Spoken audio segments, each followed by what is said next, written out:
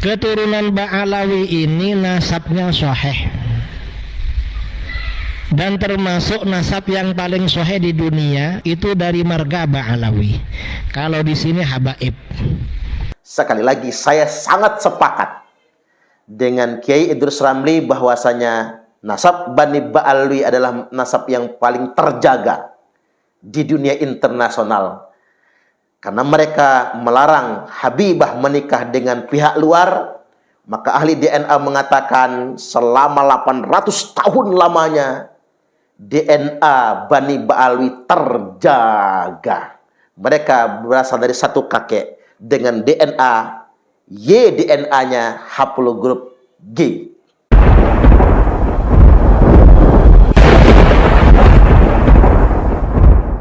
Assalamualaikum warahmatullahi wabarakatuh.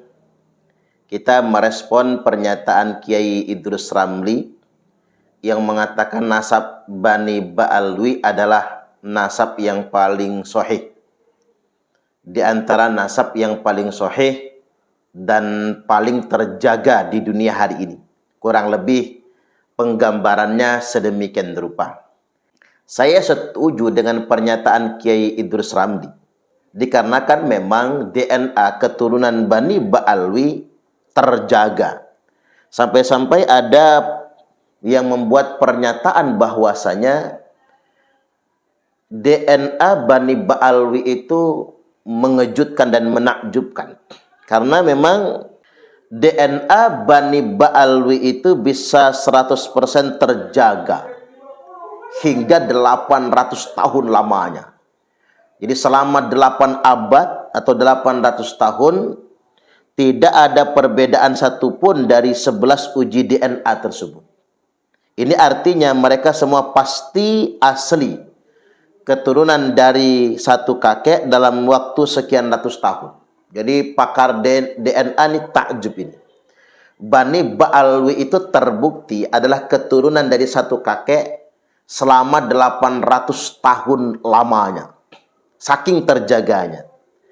Nah, mengapa ini terjadi? Dikarenakan memang dalam tradisi Bani Ba'alawi ada larangan menikah dengan laki-laki di luar klan mereka.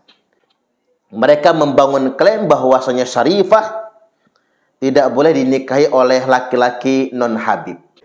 Inilah yang kemudian membuat DNA keturunan Bani Ba'alawi itu identik, sama persis. Hingga 800 tahun lamanya. Bahkan ada klaim bahwasanya siapapun laki-laki yang menikahi Habibah, maka ibadahnya tidak akan diterima atau ibadahnya tertolak hingga hari kiamat, kecuali dia bisa mengembalikan keperawanan Habibah tersebut. Ini artinya memang ada semacam doktrin yang ditanamkan, siapapun yang menikahi Habibah itu berdosa. Bagaimanapun ketaatannya dalam beribadah, selamanya tidak akan diterima. Klaim ini, doktrin ini ditanamkan. Inilah yang membuat kemudian Bani Ba'alawi tidak akan menikahkan perempuan-perempuan mereka kepada non-Habib. Kita anggap bahwa keturunannya Nabi Muhammad ini cuma Habib saja. Sedangkan Syarifah enggak. Sehingga kita berani kurang ajar dengan Syarifah. Kita berani mengentengkan Syarifah. Bahkan berani mengawini Syarifah. Al-Habib Salim, guru daripada Habib Hasan, beliau mengatakan seorang yang bukan habaib, bukan daripada Bani Alawi, menikahi Syarifah yang darahnya bersambung dengan Nabi Muhammad SAW, sampai hari kiamat ibadahnya ditolak oleh Allah Subhanahu wa taala, terkecuali bisa mengembalikan keperawanan Syarifah tersebut.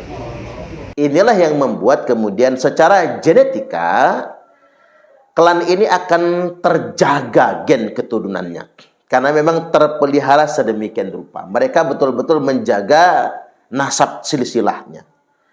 Nah, sekaligus dari hasil tes DNA Habib Agus Abu Bakar Arsal Al-Habsi yang haplogrupnya adalah G, ini sekaligus juga mengkonfirmasi kebenaran bahwasanya rata-rata dan semua klan Ba'alwi itu haplogrupnya adalah G, atau Y DNA-nya adalah G, DNA asal usulnya.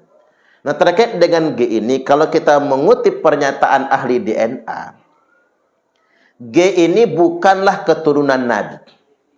Karena kalau keturunan Nabi, maka harus mengambil Y DNA dari jalur mulai dari Nabi Ibrahim, Nabi Ismail, kemudian sampai kepada Banu Abdi Manaf, Banu Abdil Muthalib, sampai kepada DNA Imam Ali karramallahu wajhah, di mana DNA asal usulnya keturunan ini J1.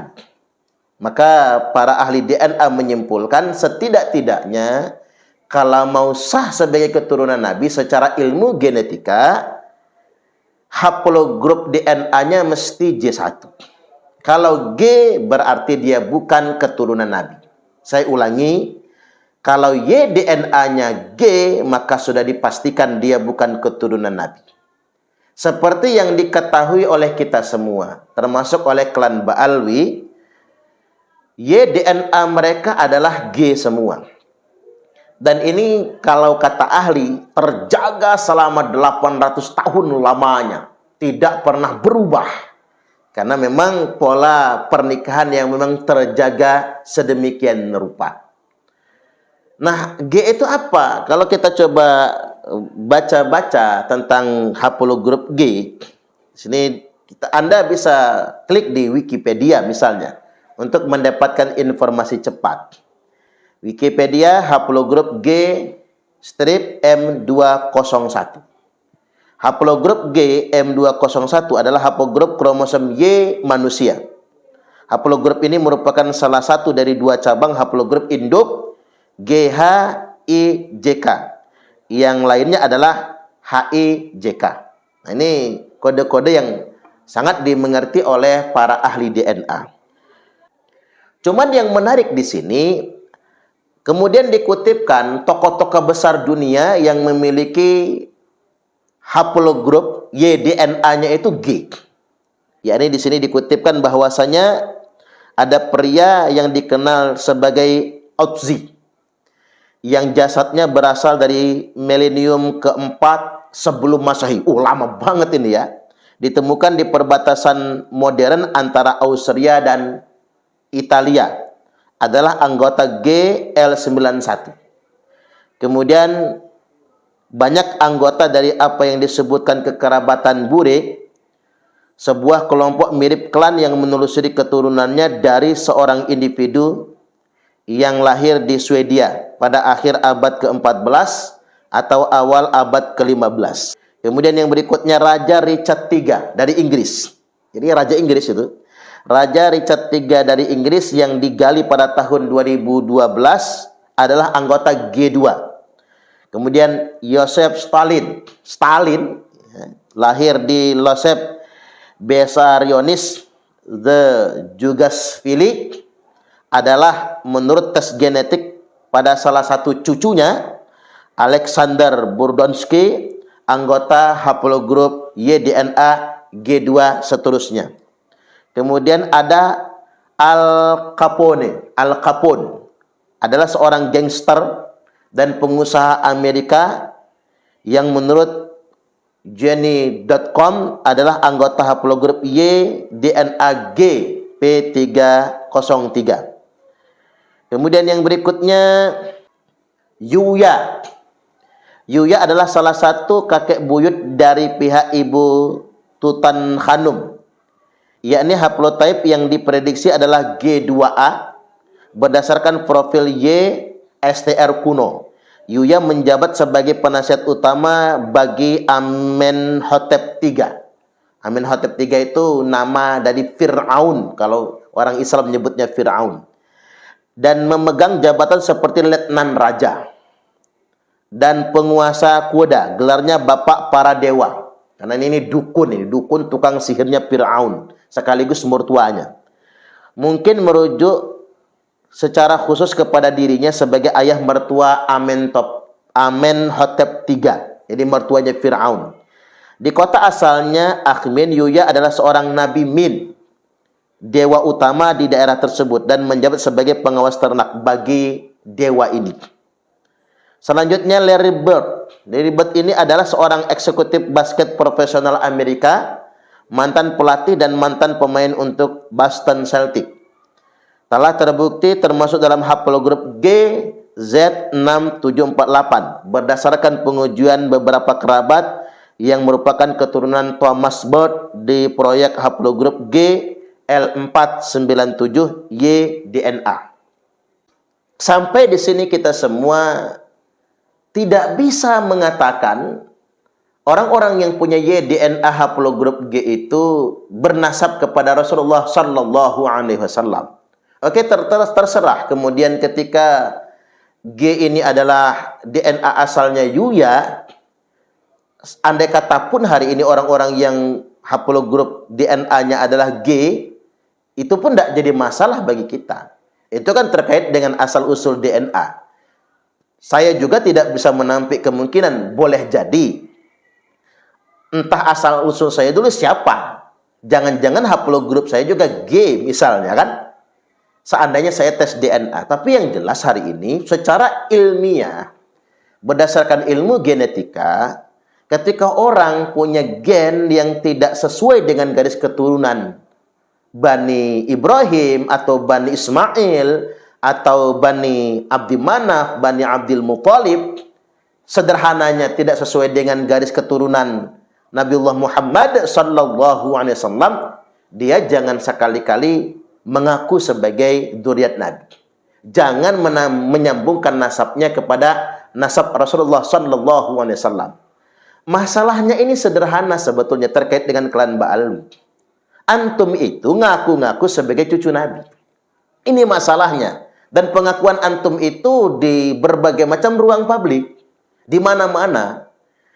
Dan bukan hanya berbicara di ruang publik sebagai Ani adalah cucu Rasulullah, dalam darah Ani mengalir darah Nabi, tapi juga kemudian jejak digitalnya bisa ditemukan di mana saja.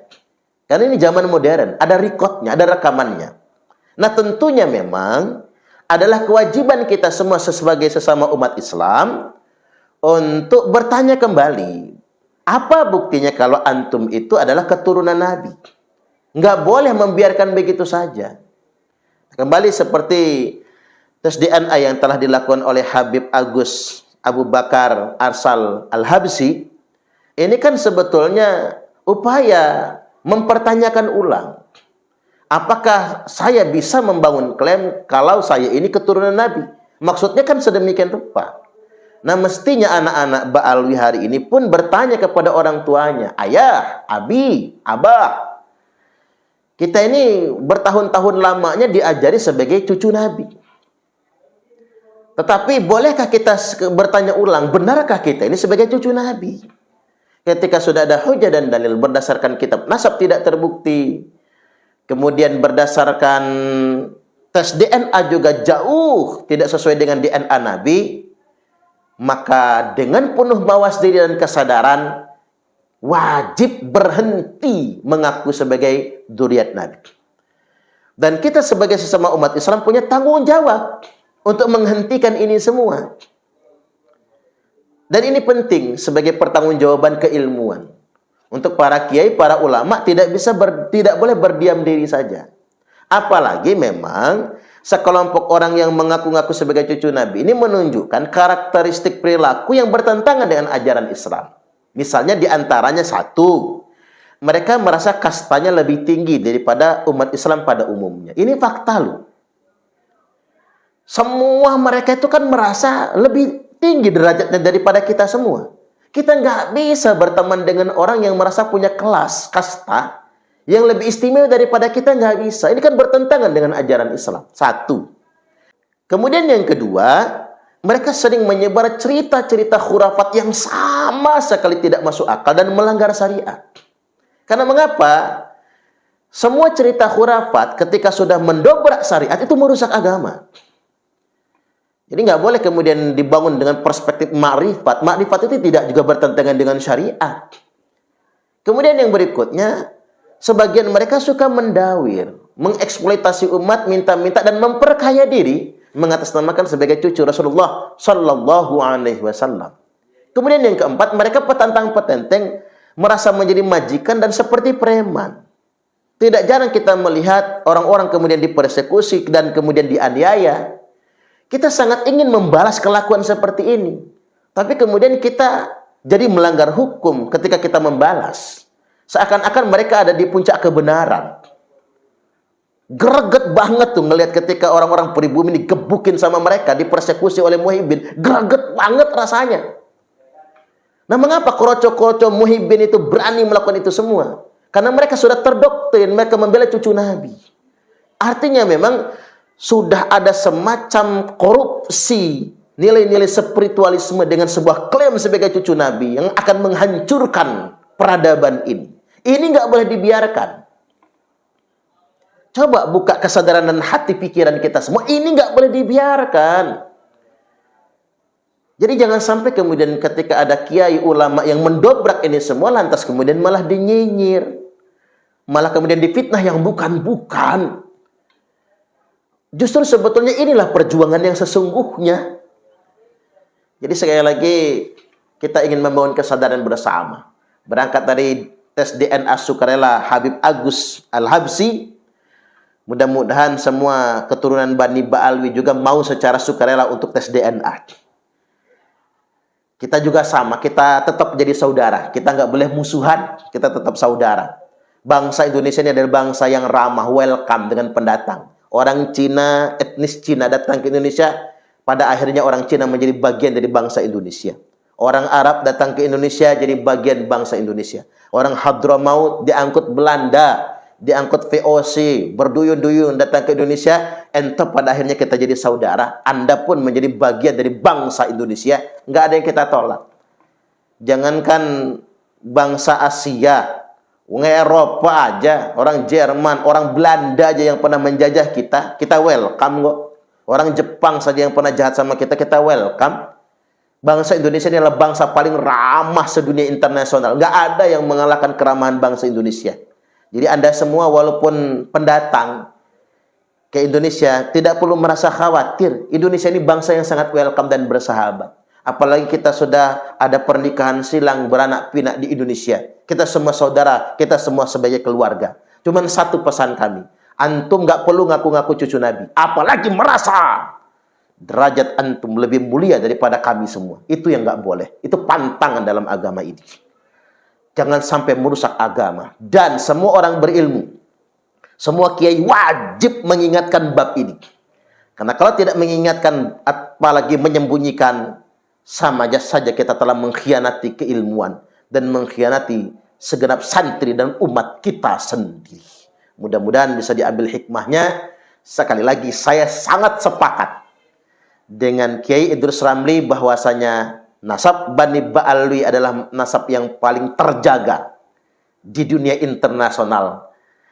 Karena mereka melarang Habibah menikah dengan pihak luar, maka ahli DNA mengatakan selama 800 tahun lamanya DNA Bani Ba'alwi terjaga. Mereka berasal dari satu kakek dengan DNA Y, DNA-nya haplogrup G. Wallahul muwaffiq ila aqwamit thoriq. Wassalamualaikum warahmatullahi wabarakatuh. Kami adalah Laskar Sabilillah, pecinta Wali Songo dan para anbiya, pewaris peradaban Islam di Nusantara hingga berkibar bangsa Indonesia.